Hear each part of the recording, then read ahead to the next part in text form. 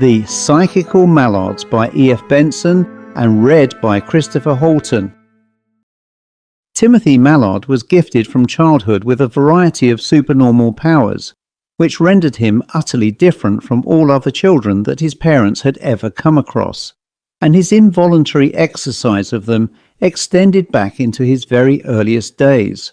He was, in fact, hardly a month old when he first gave evidence of his peculiar endowments. One day he cried so long and loud after being as good as gold throughout his 4 weeks of earthly pilgrimage that his nurse took him out of his cradle and set him on her knee, where she proceeded to adopt the usual soothing process of rocking him violently to and fro and up and down with the pitching and rolling motion of a boat in a storm, in order to reduce him to the requisite state of dizzy quiescence. For some 5 minutes she persevered in this traditional treatment, but to no effect, and was just about to give it up in despair, and put him to bed again till nature was exhausted, when a large flake of the ceiling fell, crushing his cradle into a pancake of wicker and blanket. And as if a tap had been turned off, his crying ceased. That incident, naturally enough, was put to the credit of coincidence, and it was considered very lucky that his nurse had taken Master Tim out of the cradle just then, though it would have, perhaps, been luckier if there had been no such fall of lath and plaster. But from that time onwards, the young years of Timothy Mallard were enveloped in a net of such curious phenomena that it became impossible to attribute them all to coincidence, and his parents, healthy, normal people, were forced to the reluctant conclusion that there was something very odd about the child himself.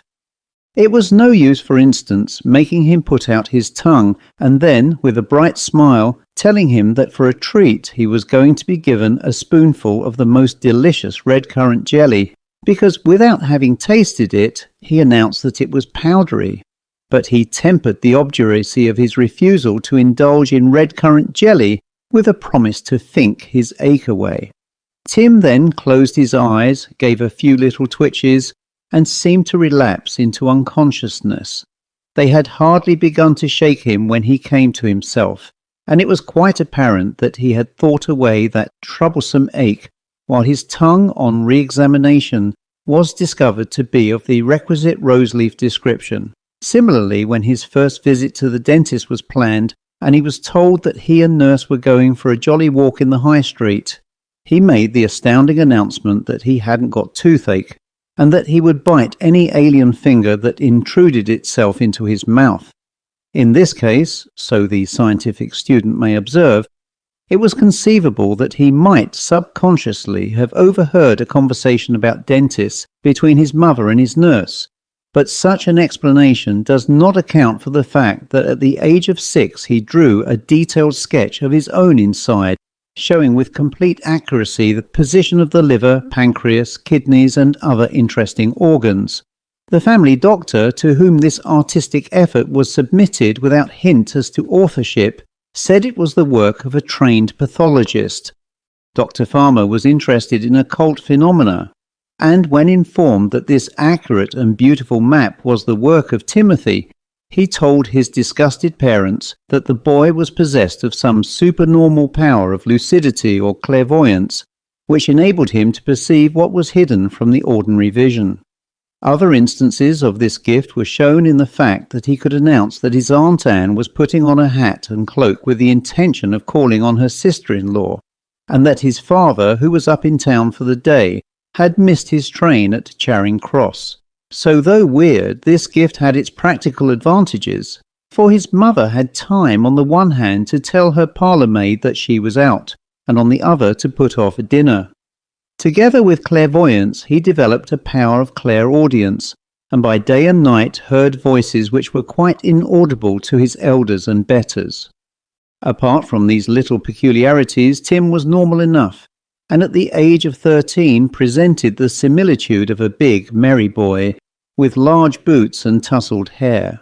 His father determined to send him to Eton, where he had himself imbibed a love of cricket and a hatred of Greek, in the hopes that a sound classical education would speedily disperse those strange clouds of glory that the boy still trailed behind him. Roman history and hexameters and supines were powerful solvents of the unusual. Mr. Mallard, puzzled though he was by these occult phenomena, still had a lurking feeling that the boy could curb them if he chose, and on the eve of his departure spoke to him kindly but firmly about it all. "I am going to all this trouble and expense of sending you to Eton, not merely that you should be able to write Latin verses and pass examinations with credit. You are growing up. Boyhood passes very soon into manhood, and you must learn to behave as men behave. Those childish tricks, for instance." Tim, as is the custom of the new generation, treated his father like a child. "But I've told you often and often," he said, "that I can't help it. I wish you would try to remember that. I don't want to see Aunt Anne in her bath, or know you are going to fall off your bicycle." His father thumped the table. "Now, I beg of you, Tim," he said, "not to argue like that. You can control those tricks perfectly well if you like. Dr. Farmer told me that they were of hysterico-ideo-exteriorizative origin." "What?" said Tim. "The same as fidgets," said his father. "Occupy your mind with something else when you feel them coming on. You won't find yourself popular either with your teachers or your companions if you behave queerly." Queer! That's the word I wanted instead of Dr. Farmer's definition. There's nothing which wholesome English boys dislike so much as queerness. Get over your queerness, my dear, and do credit to the great middle class from which you come. I can let you enjoy an excellent education, and mix on equal terms with your superiors. Never mind that. But you'll have to make your way in the world, and there's nothing that so goes against a man as queerness. He broke off suddenly and looked at Tim, who had shut his eyes and was twitching violently.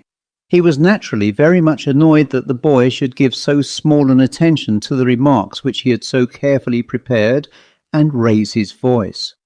"Tim, drop it," he said. "Listen to me, Tim. Tim!" Tim's twitching had ceased, and he lay back in his chair, breathing slowly and heavily. His father, irritated beyond endurance at this untimely exhibition of one of his tricks, was about to shake him violently by the shoulder when his attention was attracted by a loud rattling noise behind him, and he observed his heavy knee-hole table advancing across the room without visible agency in the direction of the trance-stricken boy. He had barely time to skip out of the way of its ponderous march when it came to a standstill, and he found himself with shaking knees and a dry throat staring at Tim across it. Dr. Farmer had already asked him whether Tim had shown any symptoms of teleokinesis, which, the obliging doctor explained, signified the movements of inanimate objects towards or from the boy, occurring without intervention of any visible agency. And with a sinking of his heart, Mr. Mallard realized that here was a teleokinetic phenomenon. Then, without warning, this heavy table began to creak and groan again, and, retreating from Tim with the same swiftness with which it had advanced, came to rest in its usual position. So even if Tim had pulled it towards him with a string in some inexplicable manner, he would have had to employ some strong and rigid rod to repel it again. Mr. Mallard's common sense rejected such a theory, and he was forced to suppose that his poor boy had suddenly developed teleokinetic power. At this moment, while Tim still lay inert in his chair, there came a hurried step on the stair, and Mrs. Mallard, who had been sitting below, waddled into the room. "I heard such a noise overhead," she said, "as if you were moving all the furniture instead of telling Tim about Eton. Why, what's the matter with him?" "Teleokinesis," muttered Mr. Mallard. "My knee-hole table has been behaving like a 3-year-old. Mrs. Mallard had the same wholesale dislike of occult phenomena as her husband. "Oh, how tiresome," she said. "But thank goodness the table has gone back. So upsetting for a housemaid to find all the furniture moved about. Dr. Farmer told me that we mustn't be surprised if something of the sort happened. He is a very naughty boy. Her voice froze in her throat, and she pointed a trembling finger at her only son. Mr. Mallard followed its faltering direction. Tim was lying with closed eyes and crossed legs in his father's large armchair, and now began to rise out of it, not onto his feet, but into the air. It was as if some unseen armchair still supported him, for he rose in precisely the same position as that in which he had been lolling when he went into a trance, like a balloon gently leaving the ground. He was apparently without weight, for the draught from the door, which Mrs. Mallard had left wide, gently wafted him towards the open window, and, to his parents' horror, he floated out of it and lay suspended 30 feet above the pavement of the High Street. Then some opposing current took possession of him, and after he had bumped once or twice against the panes of the second window, Mr. Mallard had the good sense to open it, and Tim floated in again. He circled round the room as if in a slow eddy, and then came to rest on the top of the knee-hole table. "Levitation, drat it!" moaned Mr. Mallard. "Dr. Farmer!" Tim shook himself, upset an ink bottle, and rubbed his eyes. "Oh, bother," he said to his father. "What have I been doing now? Hallo, I'm sitting in a pool of ink. Why on earth didn't you stop me, one of you?" Mr. Mallard did not feel himself bound to repeat these tiresome occurrences to Tim's housemaster, for it was not fair that the boy should begin his school life under a cloud, and Tim left for Eton in a new pair of trousers next day.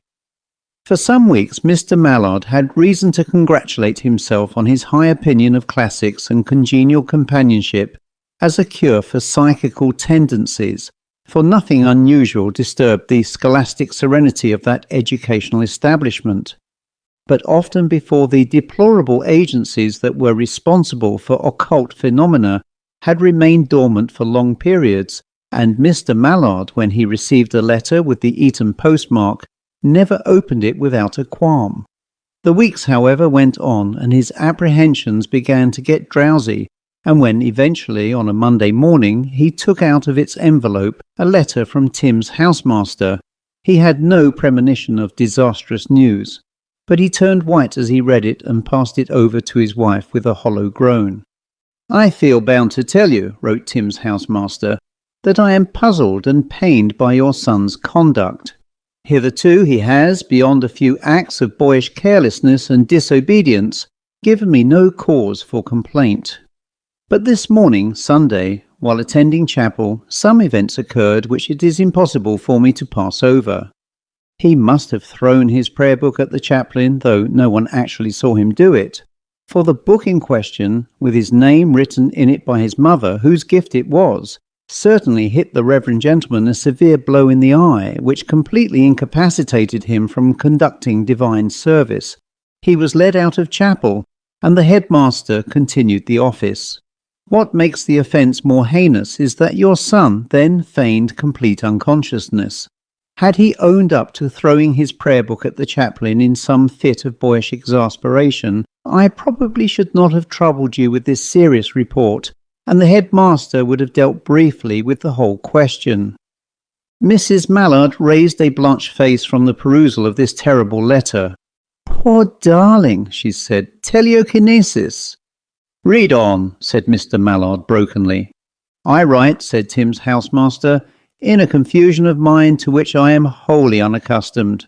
The Marquis of Essex and Moses Samuelson, two admirable and steady boys, both in my house, assisted your son out of chapel. They both aver with the honesty that characterizes the English aristocracy and the ancient Semites, that when they came to the flight of steps leading from the chapel into the schoolyard, your son, still unconscious, floated out of their hands. Levitation, sobbed Mrs. Mallard, and was wafted onto the railings of the statue of Henry VI, where he came to himself in considerable pain. I have just had a long talk with the headmaster, who, as you may know, is an enthusiastic member of the Society for Psychical Research, and he is inclined, in my judgment, to take an altogether too lenient view of your son's conduct.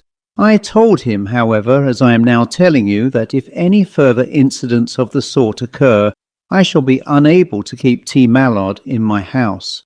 You need be under no apprehension about his physical well-being, for the school doctor tells me that beyond a few abrasions and punctures, owing to the railings, the boy is no worse for his adventure. but for myself I hold all psychical phenomena in contempt and abhorrence as being wholly un-English, and on any repetition of them I shall have to ask you to remove T. Mallard from my care."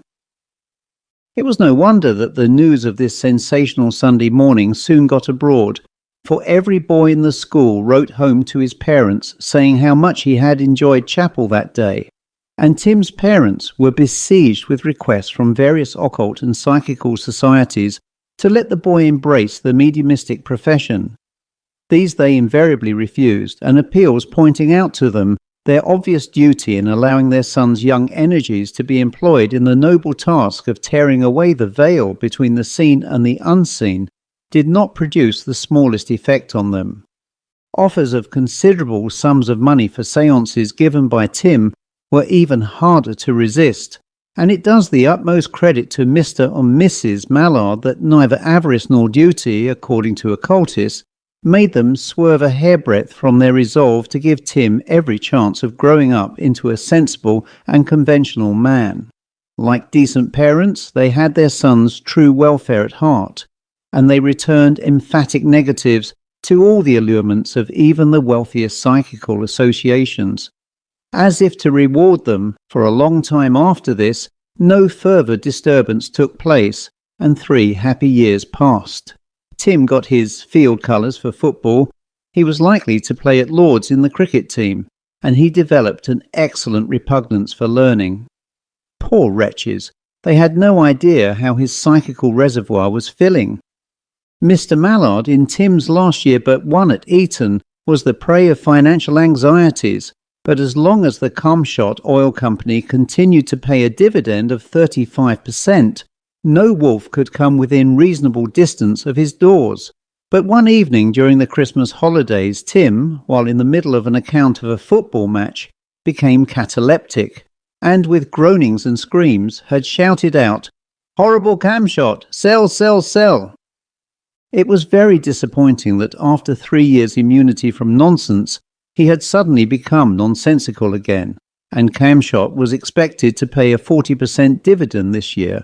So Mr. Mallard, intentionally defiant, sold out next day all that he was possessed of in other investments in order to put his entire fortune into Camshots.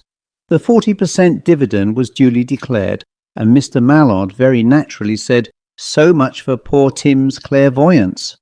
But in spite of the affluence which the 40% dividend produced, those Christmas holidays were very trying to Tim's parents, for the boy was prey to continuous psychical invasions just when it might have been hoped that he was growing out of such irregularities. He constantly went into rigid and profound trances, during which the heaviest articles of furniture were wont to whirl about the room. Levitations were of almost daily occurrence, and he developed a new and uncomfortable gift which Dr. Farmer told the parents was undoubtedly idioplasticity. While in trance, dreadful luminous spots used to appear on his waistcoat from which exuded some wax-like substance that weaved itself into the semblance of human figures.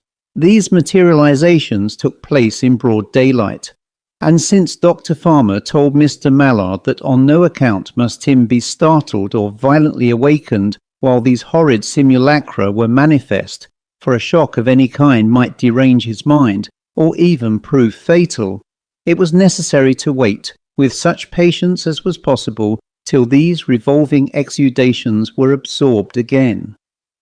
Dinner on Christmas Day, for instance, was a very sorry banquet, for Tim had hardly begun on his turkey before he went into a profound trance, and plum pudding could not be served till nearly 10 o'clock.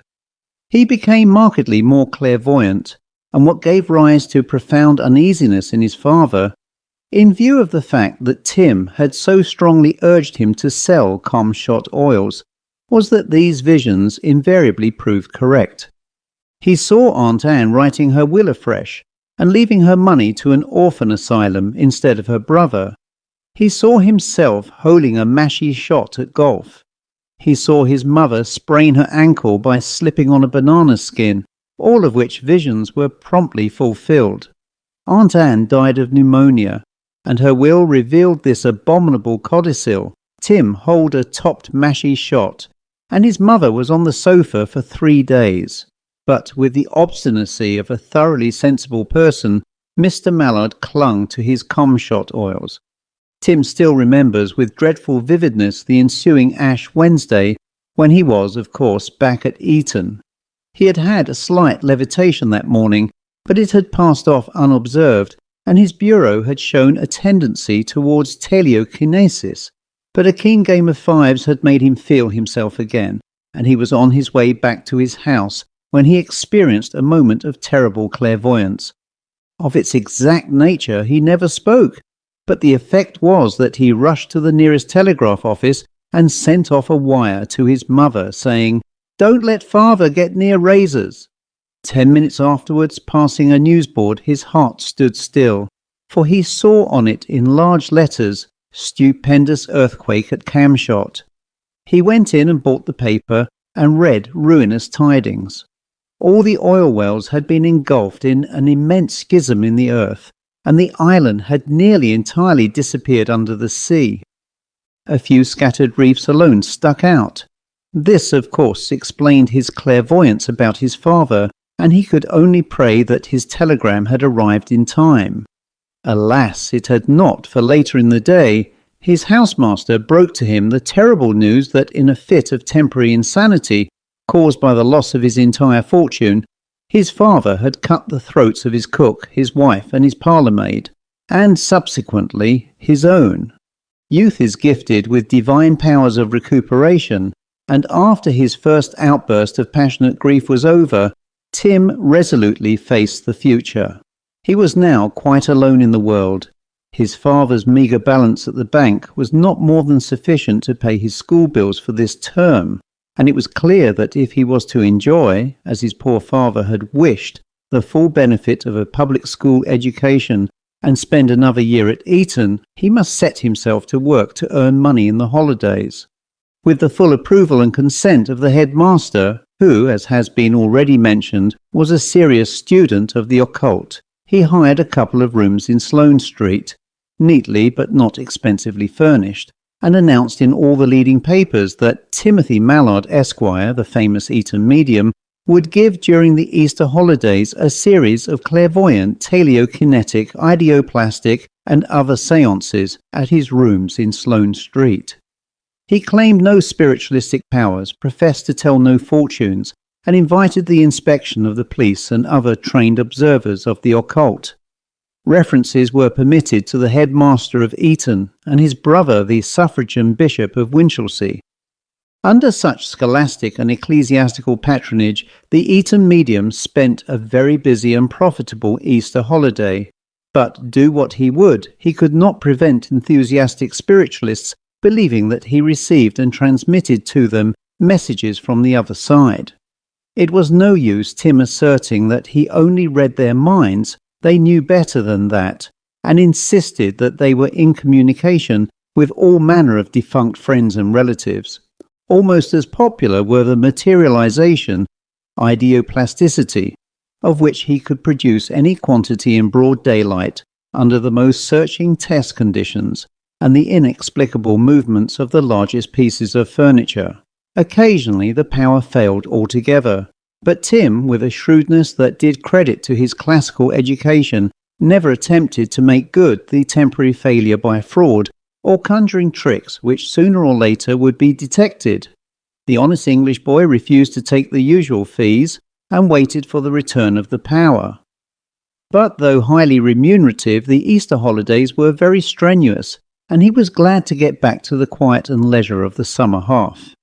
He played cricket against Harrow that year at Lord's, and naturally, as he walked out from the pavilion to bat, he made an experiment or two to see whether his occult powers were in working order. He tried to read the umpire's mind, but was disappointed to find that he could get no telepathic impression, but the telekinetic gift was in full force, for without effort he caused one of the wicket-keeper's gloves to slip off his hand and trundle towards him along the ground. He felt, therefore, the utmost confidence in his batting powers, for he could apply the same treatment to the balls he received. The first was a Yorker, but just before it touched his bat, he exerted the full force of his mind, and making a slogging gesture caused it to soar away and break a window in the pavilion. This counted 6 runs, and just to get his eye in, he repeated the feat with the remainder of the over. Then, to show he could play all round the wicket, he made some crisp cuts and pulled a few balls around to the boundary at mid-on. The power then completely failed, and he was bowled after just completing his century. He had another year at Eton, and by judicious mind-reading, won a scholarship at King's College, Cambridge. His holidays were spent in strenuous work, and before he took his degree, he was not only living in the lap of luxury, but had taken a spacious house in Belgrave Square instead of the more modest quarters in Sloane Street, and had £1,000 to his credit at the bank. He was extremely industrious, and finding that his power grew with practice, often spent an hour or 2 in trance without sitters, but with a stenographer to take down all that he said or did. On one such evening he came to himself after a prolonged trance, bathed in perspiration, and feeling that his telepathic powers had projected his subconscious mind to some immense distance. He absently sipped a glass of Perrier Jouet 1894 as the stenographer arranged her notes. "Well, what have I been saying?" he asked wearily. She cleared her throat. Camshot, she said. Buy, camshot. Fortune and opulence. Fresh earthquake and lakes of oil. Island emerged from sea again with enormous lake of oil constantly replenished by innumerable gushers. "What?" said Tim. She drew her finger down the page. "Then you said buy, nothing but buy, Mr. Mallard," said Miss Grey. "Then there's some more about the lake of oil. You talked about nothing else." Tim put off his early sitters next morning and went down to the city with a cheque in his pocket for £1,017, which represented his balance at Messrs. Barclays.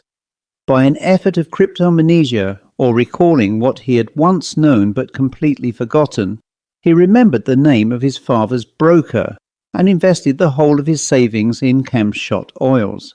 The shares were to be had at the price of a few pence, and his money thus purchased, inclusive of brokerage, 53,000 of them.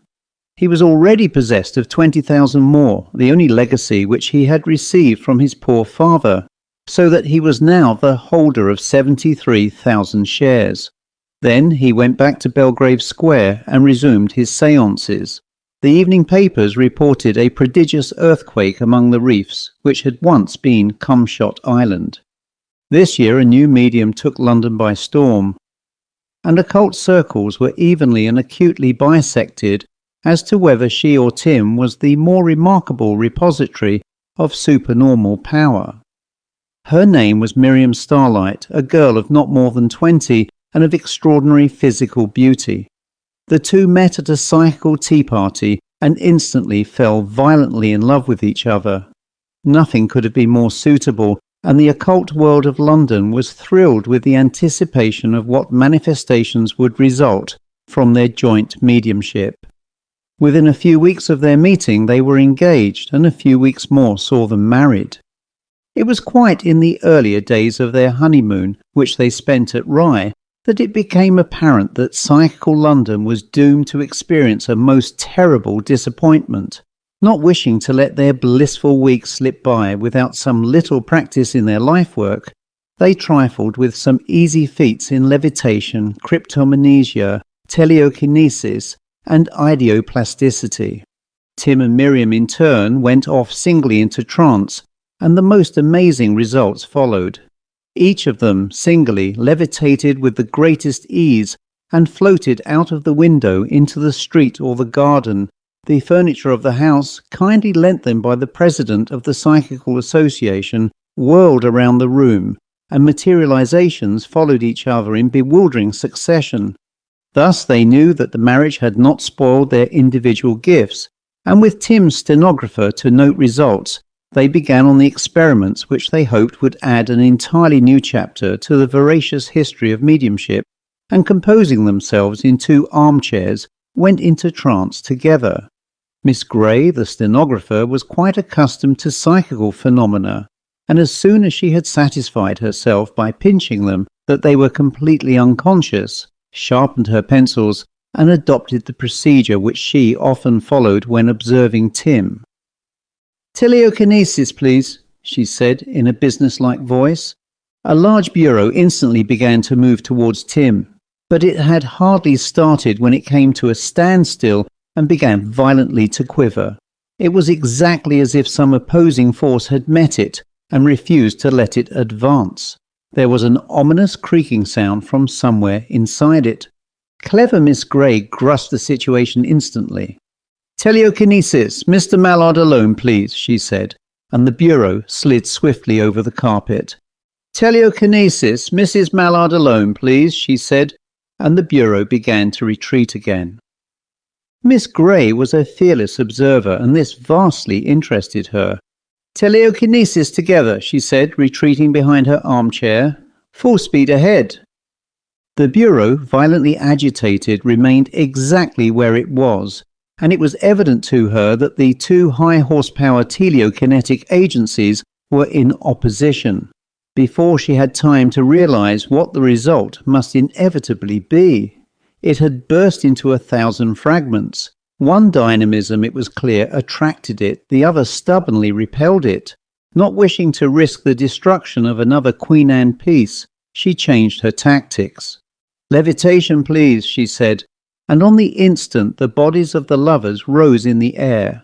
But instead of floating placidly out of the window which she had opened for the sake of the experiment, they kept colliding with hollow bumps. More than that, there seemed to be an active antagonism between them, for they drew back while floating in the air, only to charge each other with augmented violence. She called off the levitation and awoke the lovers, who instantly clasped each other's hands. "Darling, it was lovely," said Miriam. "Though quite unconscious, I knew I was marvellously at one with you. What did we do, Miss Grey? Oh, what are those splinters all over the room?" Miss Grey diffidently explained the origin of the splinters and the pronounced hostility of their levitated bodies. A bruise on Miriam's elbow and the initial discolorations of a black eye for Tim proved the truth of her depressing narrative. Further experiments only confirmed the conclusion that was but too manifest, and the lovers returned to London madly devoted to each other, but in the deepest professional dejection. Their values, it seemed sadly certain, so far from being enhanced by conjunction, neatly cancelled each other. Instead of the equation x plus x equals sign 2x, they must rate themselves xx equals sign nothing at all. It was interesting for their sitters to observe the unparalleled violence with which chairs and tables flew into fragments, and many phenomena of that sort could be instantly obtained. Their materializations, for instance, were extremely rude to each other, but psychical science made no further progress there. The two could not even hold separate seances simultaneously, for their bodies instantly levitated, escaped out of the windows, and had butting matches over the garden of Belgrave Square, at risk of doing each other serious injury. It was all very disappointing. To make up for this, the most wonderful news came from Cumshot Island. The new earthquake had shouldered it out of the sea again, and when the water drained off, it was discovered to be a great crater full of oil renewed daily in prodigious quantities by gushers. An American company was formed, and the Cumshot £1 shares, of which Tim had bought so many thousand at the price of a few coppers, mounted to £10. Even at that figure they paid 20%, and Tim, when his wife was holding seances, and he himself was normal, tried to work out what percentage his £1,017 were bringing him in. Being a classical scholar, he had no great grasp of mathematics, and his brain reeled in the computation of his dividends, but he dutifully put up beautiful tombstones, not only to his father and mother, but to the hapless cook and the murdered parlourmaid. This curious and strictly historical narrative has now a strange sequel. Miriam bore one unique baby who is close on 4 years old. Incompatible as were the magnetisms of his father and mother, nature, by some reconciliatory process, seems to have united in him the psychical powers of each of his parents, and last night only I attended a seance given by this stupendous child. He recited in the original Hebrew the first chapter of the book of Genesis, and the Rabbi Ben Habakkuk, who was present, confirmed the accuracy of every word, the child knowing no more of Hebrew than I do, and said that his pronunciation was of the purest Judaic inflection. He then gave the temperature at St. Moritz, accurately confirmed by this morning's Times, and pointing his baby finger at me, said that that man would live to the very advanced age of 93. So if that man retains his memory then, he will record in his palsied handwriting the fulfillment of this remarkable prophecy. We must have patience. The end.